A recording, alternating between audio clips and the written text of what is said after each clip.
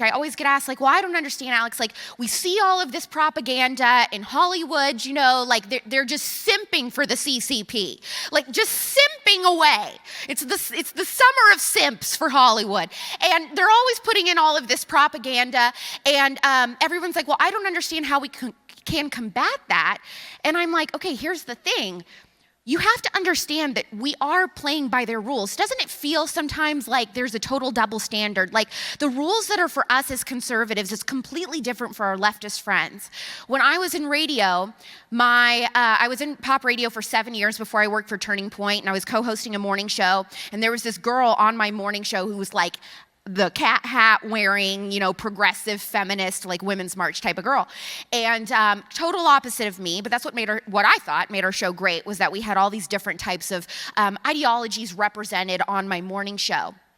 And I was being told behind the scenes whenever I would share my views that our station doesn't get political, we're not supposed to talk religion, we're not supposed to talk politics.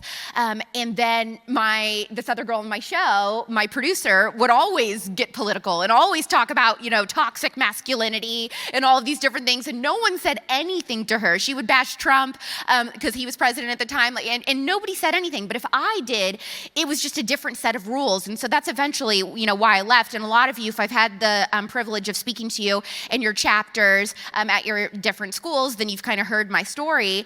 But I knew that there was different rules, and so what I started realizing is that we're trying to win this game that the left has created with our own rules. Like they're in control when it comes to Hollywood, the media, education, all of these major pillars of institutions. The left does control, so we can't try to use our own rules then and beat them at their own game. What we have to do instead is create our own institutions, and we have to build up our own entertainment, our own education, everything that they do. We just have to do it and do it better, and that's how we're going to win this culture war.